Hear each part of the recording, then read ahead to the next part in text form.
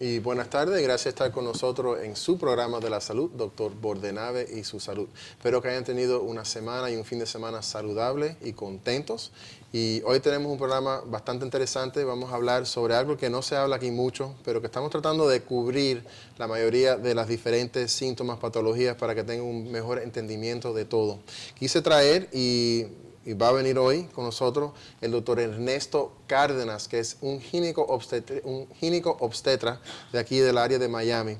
Y vamos a hablar hoy sobre el sangrado uterino y la incontinencia. Son dos cosas que se ven frecuentemente, yo quisiera creer, y el doctor nos va a hablar sobre eso, en las personas más mayores y que tienen diferentes implicaciones y diferentes tratamientos, ya que estos tratamientos han avanzado desde cuando yo empecé mi carrera. Así, para que nos hable hoy sobre diferentes temas de ginecología, sangramiento, incontinencia, tengo el placer de estar con nosotros a Ernesto Cárdenas. Ernesto, muchísimas gracias por estar con nosotros. Gracias por invitarme. Como estábamos hablando antes del programa, usted va a hablar ahora sobre la incontinencia y sobre los diferentes tipos de sangramientos que hay. ¿Por qué no empieza y nos habla sobre lo que usted quiera? Bueno, vamos a hablar un poquito acerca de un tema que es bien interesante, que es una de las quejas principales por cuales las mujeres vienen a mi oficina o la oficina de cualquier ginecólogo, que una de ellas es el sangrado irregular. Y dependiendo en qué fase estén de ellos de su vida, pueden tener sangrado irregular o a veces tienen la queja es que tengo ya entre la menopausia y ahora después de años tengo sangrado otra vez. Y siempre vienen con esa queja, esa preocupación, a ver qué es lo que está pasando y cómo podemos manejar esto y si debería estar preocupada de que está sucediendo aquello. Y ese sangrado uterino a una edad todavía fértil antes de la menopausia, ¿más o menos a qué se debe? Bueno, yo cuando hablo con los pacientes, yo creo que como el tema puede ser tan complicado, a mí me gusta siempre en cualquier problema de salud dividirlo en partes de posibilidades que pueden ser, y así uno puede hacer las diferentes pruebas que son con cada posibilidad y encontrar un tratamiento. En general, una mujer que no ha entrado a la menopausia y tiene sangrado irregular, la razón número uno va a ser algún tipo de problema que no, de ovulatorio hormonal. Yo lo pongo eso todo junto, ¿verdad? Por ejemplo, y eso incluye todos los problemas endocrinólogos, puede ser problemas de la tiroide, puede ser problemas que no están ovulando, puede ser problemas que están superovulando, puede ser problemas de que estoy tomando medicamentos que estén afectando mi ciclo menstrual. La segunda causa común sería, por ejemplo, un problema anatómico, que ahí es cuando hablamos de pólipos, hablamos de fibromas, especialmente fibromas que están dentro del músculo de la matriz o que estén dentro de la cavidad de la matriz en sí. Y el pólipo también está dentro de la cavidad de la matriz. Sí, los pólipos se forman, usualmente es debido al efecto del estrógeno. O sea, el ciclo menstrual de las mujeres siempre tienen una fase de estrógeno, tienen la ovulación, tiene una fase que es dominante de progesterona y la ausencia de las dos hormonas es cuando viene la menstruación y se repite. Entonces, cualquier cosa que pueda interferir ese proceso, por ejemplo, una persona que no esté ovulando como se supone que esté ovulando por X o Y razón, entonces entra en una fase de estrógeno continua o prolongada, y de ahí esa puede ser la raíz de pólipos o engrosamiento de la matriz.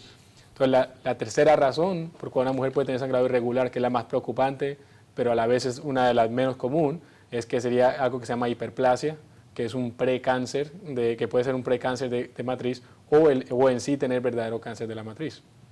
Y eso se ve en la edad de reproducción. Antes de la menopausia puedes tener la hiperplasia, que puede ser precanceroso. Pues ese es el detalle, ¿verdad? Entonces muchas mujeres no caen en cuenta, ellos creen que el problema de hiperplasia o problemas de cáncer en general, cuando uno habla de cáncer de la matriz, o sea, dicen, yo me acuerdo de mi abuelita o mi tía o la vecina, y siempre era una persona mayor de edad, y entonces las mujeres no caen en cuenta de que una mujer joven también puede padecer de esto. La realidad es que el cáncer de la matriz es el cáncer más común ginecológico en los Estados Unidos. ¿A cualquier etapa? ¿Las jóvenes y las mayores? Si miramos los cánceres, el cuarto cáncer más común en las mujeres, de todos los cánceres, incluyendo pulmón, colon, etc., el número 4 es el cáncer de la matriz. Y cuando miramos todo solamente lo que es de ginecología, cáncer de ovario, cáncer de cervix, cáncer de útero, de matriz, el de matriz es el más común. Pero a la misma vez es el más curable, porque siempre tiene síntomas. A diferencia de otros tipos de cánceres que no tienen síntomas, una mujer que está desarrollando o desarrolló un cáncer de la matriz, casi siempre, yo nunca he visto el caso que no, van a presentar con un problema de sangrado, que están sangrando excesivo o tuvo un cambio en el comportamiento de su menstruación o entré a la menopausia y ahora estoy sangrando. Y también se asocia con dolor. De vez en cuando. De vez en cuando. Y uno puede imaginar, ¿no? Si la matriz está sangrando más que lo que normalmente está sangrando, te puede causar dolor. Ahora, en la mujer cuando ya está en la menopausia, la probabilidad de que tengan dolor asociado con el sangrado es menos, porque usualmente no es un sangrado abundante, pero es simple el hecho de que están sangrando, aunque sea un poquito. Entonces, en la mayoría de los casos de esta hiperplasia, de estos sangrados uterinos, es como usted dijo, debido a las hormonas, pero hay otros factores que pudieran, hay factores genéticos, ambientales o algo. Pues eso, como hablamos, el estrógeno es mejor dicho, no sé si el enemigo, ¿no? Pero la causa de esta hiperplasia que se desarrolla el cáncer de la matriz. Cualquier condición o medicamentos o cosas que puedan causar un exceso en estrógeno en la mujer la predispone a estos riesgos. ¿Cuál medicina, si se recuerda? Pues si cuando hablamos de medicamentos, son cualquier medicamento que tenga un estrógeno, un componente de estrógeno, pero que no tenga un componente de progesterona para contrarrestarlo. ¿Y la soya? La soya, la evidencia es bastante débil de que esto tenga que ver con aumento igual los phytoestrogens y otros medicamentos, cosas naturales. La verdad, los estudios que se han hecho no demuestran que tengan un aumento grande en la posibilidad de desarrollar eso, pero sí hay otros medicamentos que son recetados. Por ejemplo, a veces las mujeres están tomando estrógenos como porque tengo calentones o lo que sea, resequedad vaginal, y empiezo a tomar medicamentos como los estrógenos, pero si el médico no cae en cuenta, si esa mujer tiene todavía su matriz, porque no ha tenido una histerectomía por alguna razón en el pasado, hay que darle un componente de progesterona para contrarrestar el estrógeno que están recibiendo. Y de hacerlo así, entonces la mujer puede tomar sus hormonas, a no ser que no tenga otros factores de riesgo por eso. En las mujeres jóvenes, cuando hablamos de cosas genéticas, una mujer, por ejemplo, que tenga ovarios poliquísticos, esa mujer está en una fase constante de estrógeno, la parte proliferativa de su ciclo menstrual. Esas mujeres están a riesgo, aunque sean jóvenes. Y también las mujeres que son obesas, las células de grasa, los adipocitos, ellos producen un tipo de estrógeno también. Entonces, esas mujeres también están a riesgo y normalmente lo que esas pacientes te dicen es que mi ciclo menstrual no me viene por meses, pero cuando me viene es abundante, y después no me viene por meses y se sigue repitiendo. Y cuando una persona, una señora va a usted con ese síntoma de un sangramiento uterino, ¿qué es el tipo de análisis o cómo es el procedimiento que usted le hace? Pues primero de todo, la parte más importante, como sabes, en toda la medicina es un historial detallado, a ver de qué exactamente, cómo es abundante, es frecuente, qué es lo que está pasando. Segundo, usualmente, a mí me gusta hacer un ultrasonido. Ahí tenemos unas laminillas. Si se puede poner las láminas que trajo el doctor, por favor. Como por ejemplo, bueno, esto es la matriz, ¿no? Un diagrama de la matriz sencillo. En la parte allá adentro, esto es la parte donde están como un forrito de células que se llama el endometrio, y el endometrio es de donde pueden proliferarse en estas células y da la raíz de un cáncer o una hiperplasia, ¿verdad? En la próxima laminilla, esto es un ejemplo, por ejemplo, cuando tiene uno fibromas o pólipos, y los fibromas se pueden encontrar en cualquier sitio en la parte de la matriz. Cuando hablamos de una visita inicial, uno examina a la paciente y con las manos a veces es obvio, una mujer que te dice que está sangrando demasiado, que tiene unos fibromas grandes. ¿Y los fibromas duelen también? Los fibromas duelen, sí. Y especialmente dependiendo de dónde están localizados. Pueden ser, las dos quejas principales para los fibromas son sangrado y dolor. A veces es dolor cuando tienen relaciones, a veces es dolor cuando tienen su menstruación. Los fibromas en sí no son un problema, el fibroma es algo benigno, pero obviamente los síntomas que causan el fibroma sí son un problema. Así que todos los fibromas son benignos.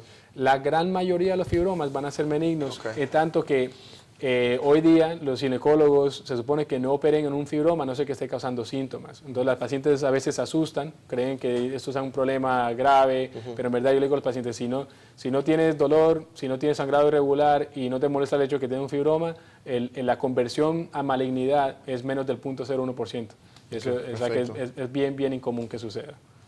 La otra parte, entonces, cuando además de un examen, determinar si quizás sospechamos que tengo un fibroma, alguna otra cosa así, se hace un ultrasonido. El ultrasonido es mejor que CT scan o MRI cuando estamos diagnosticando algo en la pelvis. ¿Y el ultrasonido es por arriba del abdomen o, como se ve ahí en pantalla, intravaginal? Bueno, el ultrasonido se hace ambas. Se hace imágenes por el abdomen, y uno transvaginal te va a dar la mejor penetración de imagen, y en verdad si uno si uno quiere tener las mejores imágenes, obligatoriamente uno debería hacer uno transvaginal. Okay. Entonces, en la otra lámina que ahorita quitamos, eso es la otra parte de cuando hablamos de diagnóstico, es una biopsia de endometrio. Entonces, uno hace un examen, uno hace un ultrasonido y también, dependiendo de cuánto uno cree que es el riesgo de que esta mujer también tenga un cáncer o una hiperplasia de matriz, se hace la biopsia de endometrio. Es una muestra que no es de cortar ni pellizcar, como la gente piensa de biopsias. Es un tubito que entra por dentro de la matriz, eso succiona, aspira un poquito ese tejido que está suelto dentro de la matriz y eso se manda al patólogo. ¿Y eso sin anestesia general? Sin anestesia. ¿Se da anestesia local o no? No hay que darle anestesia local. En verdad es un procedimiento que es bastante común en la ginecología y no causa los síntomas, no hay dolor así fuerte ni nada. Es un poco incómodo, sí, pero de que sea algo que la paciente no pueda tolerar en una oficina común y corriente, no. ¿Y también ustedes hacen de rutina o cuando viene una paciente con un sangramiento uterino, niveles de hormonas? ¿Chequean? Los niveles de hormonas, dependiendo, el valor de los niveles de hormonas depende de la edad de la paciente. Por ejemplo, si tengo una paciente que yo sospecho que ya está en la menopausia y me dice ahora estoy sangrando, y estoy tratando de determinar si verdaderamente es un sangrado postmenopausia o no, entonces en ese caso le haría un FSH. El FSH, si está elevado, se supone que esa paciente esté ya en su fase de menopausia. En una mujer joven, medir niveles de estrógenos y FSH no te da mucha información, porque dependiendo de dónde esté en su ciclo menstrual puede variar bastante.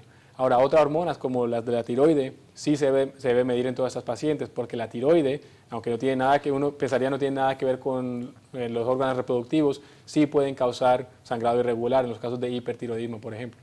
Y el uso de anticonceptivos, ¿eso también influye o tiene que ver, o la persona debe decirle al doctor que está tomando anticonceptivos? ¿Eso interfiere o factora en el sangramiento? Pues sí, los anticonceptivos es algo interesante, que normalmente, por ejemplo, cuando nosotros hacemos un workup, hacemos una evaluación de una paciente y descartamos posibilidad de cáncer y otras cosas así, uno puede manejar a sus pacientes con anticonceptivos. Los anticonceptivos vienen en dos tipos, vienen los que tienen estrógeno y progesterona, y los que son solamente pura progesterona. Son los dos tipos de anticonceptivos que existen. Y cualquiera de esos si una mujer que lo use consistentemente puede disminuir el riesgo de tener cáncer de la matriz. ¿Los anticonceptivos? Los anticonceptivos, especialmente los que son dominantes en progesterona. Así que disminuyen la incidencia de cáncer de útero. Incluso una mujer que tiene una hiperplasia, la hiperplasia hay 4 tipos. Hay una que es simple, compleja, y también una que es con y sin atipia. Hay 4 diferentes tipos de hiperplasia. Una hiperplasia simple tú la puedes manejar con progesterona pura, con una IUD incluyendo como el intrapositivo que viene con progesterona. Uno puede colocarlo por 1 año y después tomar una muestra a través del endometrio y en muchos casos se ya ha eliminado la hiperplasia. Muy interesante, eso yo no lo sabía. Por favor, quédense con nosotros que después del comercial voy a seguir hablando con el doctor Cárdenas sobre diferentes temas de este sangramiento gastrointestinal que está muy interesante y estamos tocando la superficie. Así que por favor, quédense con nosotros que venimos enseguida. Y estamos de vuelta con el doctor Ernesto Cárdenas, que es un ginecólogo aquí en Miami, estamos hablando de una conferencia, no conferencia, sino una charla bastante interesante sobre el sangrado uterino y estoy aprendiendo cantidad de cosas que no sabía y espero que ustedes también estén aprendiendo. Entonces yo quería preguntarle al doctor Cárdenas, ¿qué importancia tiene la edad de cuando la niña empieza la menstruación en el desarrollo de cáncer? ¿Es protectivo o cómo funciona la edad? Bueno, eso básicamente es el mismo concepto que estamos hablando antes, de que cuando no me gusta decir el enemigo a una hormona, ¿verdad?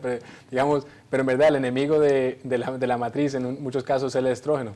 Entonces cualquier condición que predisponga a la mujer a tener un estrógeno, a estar expuesta a un estrógeno por un tiempo prolongado, le puede aumentar el riesgo de desarrollar hiperplasia o cáncer de la matriz. Entonces una mujer, por ejemplo, que empezó su menstruación, a tener su ciclo menstrual de niña, bien jovencita, o que tuvo su menstruación, la menopausia no le llegó hasta bien tarde en su vida, esas mujeres están a riesgo, tienen un riesgo aumentado. El promedio en los Estados Unidos de una mujer que entra en la menopausia es alrededor de los 50 años, pero hay estas pacientes que no llegan hasta los 56, yo incluso he visto una paciente hasta los 58 años.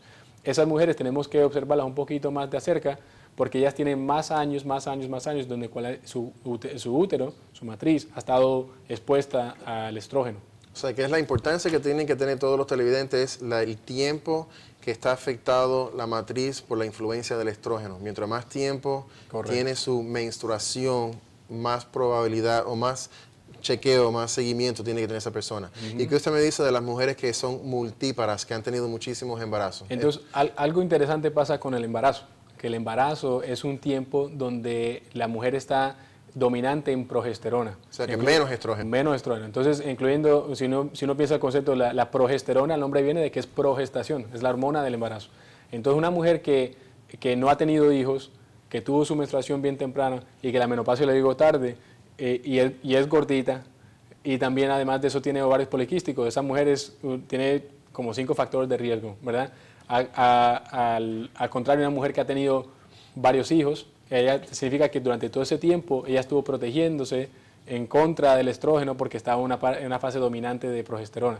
Entonces, como tú dices, una mujer multípara que ha tenido varios bebés, en realidad el riesgo de ella es un poco menos que otras mujeres. Y es por eso que dicen, o he oído o he leído, que la edad del primer embarazo tiene alguna importancia, porque la edad más joven que del embarazo como que protege porque está embarazada, no necesariamente la edad, es que está embarazada, y el progesterona que se ve con el embarazo protege, así que mientras más joven empiecen a tener embarazo es protectivo. En cierta manera sí. Entonces, ahora, eso no es decir de que recomendamos que las mujeres tengan muchos hijos para protegerse en eso, pero sí, definitivamente, cuando hablan con el médico acerca de factores de riesgo, eso es algo que deberían de discutir. ¿Hay algún factor genético o de herencia en el desarrollo de cáncer de la matriz? La mayoría de los casos de cáncer de la matriz son espontáneos, de que no hay no hay un antecedente genético que le predisponga a eso, pero sí hay ciertos síndromes, condiciones que son más comunes. Hay una que se llama Lynch-2 syndrome, que es un síndrome de cánceres, de diferentes tipos de cáncer, que uno incluye el cáncer de colon, que esas mujeres están a alto riesgo. Por eso cuando se hace el historial a una paciente que tenga sangrado irregular, uno le pregunta en su familia cuáles son los riesgos, hay otras personas con cáncer de matriz, pero además también se le pregunta, y además hay otras personas que también tengan cáncer de colon, porque quizás la mujer dice, bueno, en mi familia nadie tiene cáncer de matriz, pero cuando mira sus tíos, los hombres de la familia sí han tenido cáncer de colon. Sabe que uno tiene que considerar la posibilidad de que tenga un síndrome de aquello. Recientemente yo me enteré que hay algunos virus, como el Human Papilloma Virus, que causa diferentes tipos de lesiones en el cervix del útero, pero ¿hay algún virus o otro tipo de bacteria, patología que puede también causar más bien incidencia de cáncer uterino? Afortunadamente no. Entonces el virus de BPH, que es un tema bien caliente que la gente se están enterando mucho acerca de eso, hablando acerca de eso, tiene una predilección a causar cáncer del cervix, porque lo que hace es ese tipo de virus le gusta a las células que son escuamosas, squamous cells, y esas solamente se encuentran en la parte externa de la matriz, que sería el cuello de la matriz, el cervix. Cuando miramos la parte interior, que son células de endometrio, eso nos afectan por ese virus. Y ahora que hemos hecho ya el diagnóstico de sangramiento uterino, ¿qué cosa hay de tratamiento? ¿Qué se puede ofrecer? Pues como yo le digo a los pacientes, cuando ya hemos descartado la posibilidad de que haya malignidad, por ejemplo, una mujer que simplemente tiene sangrado irregular porque o tiene un fibroma pequeño, un pólipo pequeño, o porque no tiene ni fibromas ni pólipos y definitivamente hemos descartado que tenga un cáncer, entonces los tratamientos varían. Si es una mujer joven y simplemente quiere regular su menstruación, se puede usar algo tan sencillo como manipulación con hormonas, que sería una pastilla anticonceptiva, es lo más común que se usa. También se puede, si digamos la paciente no quiere tomar pastillas, y si uno puede entrar con una cámara, una histeroscopía y remover el solo pólipo. Se puede hacer algo que se llama una miomectomía, donde sacamos los mismos fibromas, y los fibromas, dependiendo de dónde están ubicados, se pueden sacar o por una cámara dentro de la matriz o por afuera, o en el caso como yo los hago por el robot, usando el Da Vinci Robot, se puede hacer esa cirugía. En otros casos donde la mujer ya no va a tener más hijos y no importa si destruimos la cavidad dentro de la matriz, el forrito de ese endometrio, que es la que causa el sangrado, se puede hacer algo como un endometrial ablation.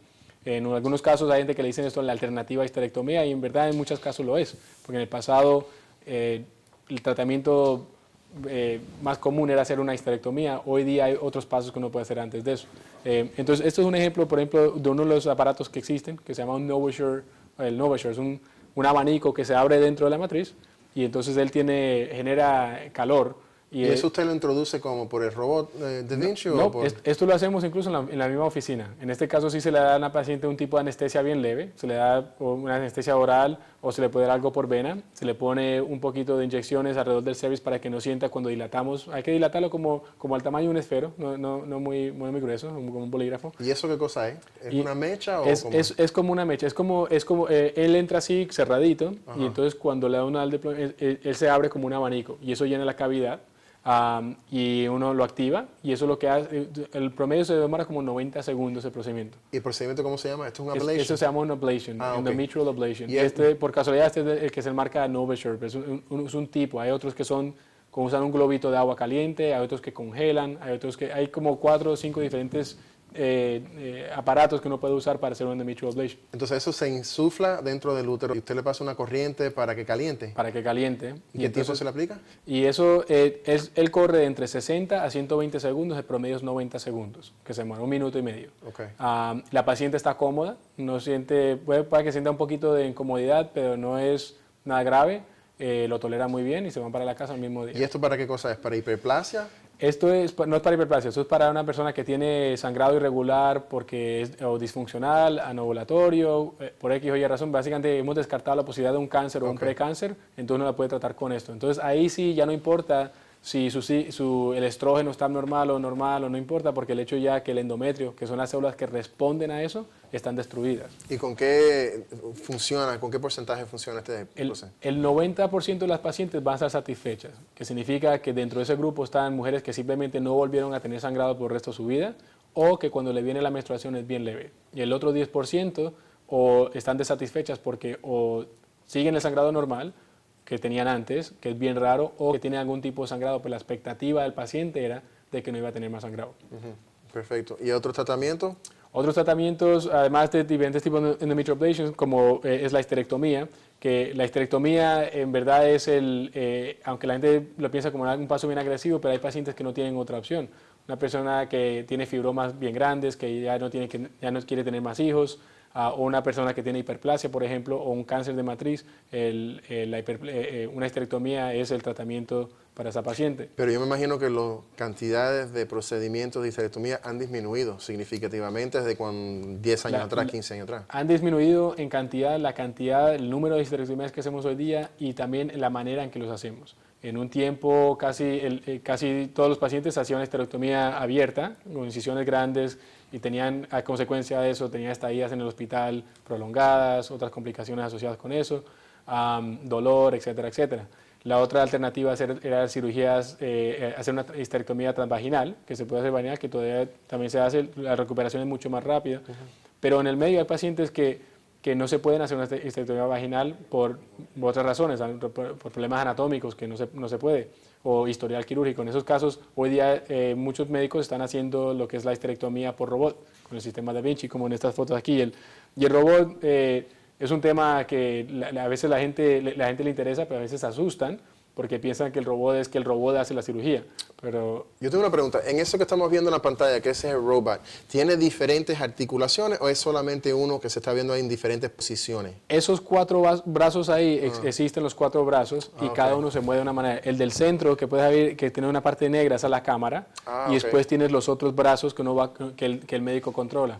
Entonces, básicamente lo que se hace es que el paciente está bajo anestesia, se insertan estos tubitos en el abdomen, para una incisión lo colocamos, montamos el robot y después me quito los guantes y me voy a una consola a trabajar aparte. Como ahí lo están viendo. Como están viendo ahí. Ahí siempre hay un asistente al lado y el robot es bien interesante porque el robot, lo único que el robot hace es lo que uno haga con los dedos. El robot no tiene ningún tipo de autonomía, no puede tomar decisiones, que la gente a veces se imaginan cuando el concepto de un robot, que el robot hace la cirugía, ¿verdad? El robot no hace nada que el cirujano no está haciendo. Él lo que hace es duplica los movimientos de la mano de uno. Y el robot es más preciso que la mano del hombre. Es más preciso, la amplificación que nos da es mejor, la rotación del robot, de las manitos del robot, articulan mejor que la muñeca de uno. Wow. El temblor de la mano que todos nosotros tenemos, el robot lo elimina. y te da también una imagen más profunda de donde estás operando. Y rapidito, que se nos está acabando el tiempo, ¿qué usted opina de las vacunaciones contra el virus de HPV-C, HPV? El VPH, el virus del papiloma, las vacunas que han salido, obviamente es un tema diferente, está hablando de cáncer de cuello de la matriz, del cervix. Yo creo que esa idea de las vacunas es tremenda idea. El propósito de la vacuna es de proteger al paciente antes de que se contagie con el virus. La realidad es que el 90% del planeta en algún momento va a contagiarse con el virus durante el sexo, por interacciones. Entonces, uno tiene una opción. Uno puede decir, yo creo que mis hijos jamás van a tener relaciones y no se van a contagiar con el VPH. O uno puede pensar las cosas por lógica y decir, bueno, la probabilidad de que mis hijos se contagian es el 90%. Y eso es en todos los grupos demográficos, en todas las clases socioeconómicas, ese 90% siempre va a existir. Así que eso es otra opción que le queremos decir, que existe una vacunación que ha estado en las noticias recientemente, que se le puede ofrecer no solamente a las mujeres, pero como aprendí, a las niñitas, pero como aprendí por el doctor Cárdenas, también a los niñitos se le está aplicando esta vacuna para prevención. No es que lo vayan a hacer, ustedes pueden opinar lo que ustedes quieran, pero existe la vacuna para prevenir el desarrollo de cáncer de la matriz del cervix. O sea que ha sido un programa bastante interesante, yo he aprendido cantidad con el doctor Cárdenas. Si ustedes quieren llamarlo a él, el teléfono es 786-953-7651 con oficina en Miami, ¿verdad? En Miami. Miami. 786-953-7651. Ernesto Cárdenas, ha sido un placer. Muchísimas gracias por estar con nosotros. Va a venir en otro segmento para hablar sobre diferentes temas. A ustedes, muchísimas gracias de estar en sintonía con nosotros. Que tengan una buena semana. Nos vemos la semana que viene. Que Dios los bendiga.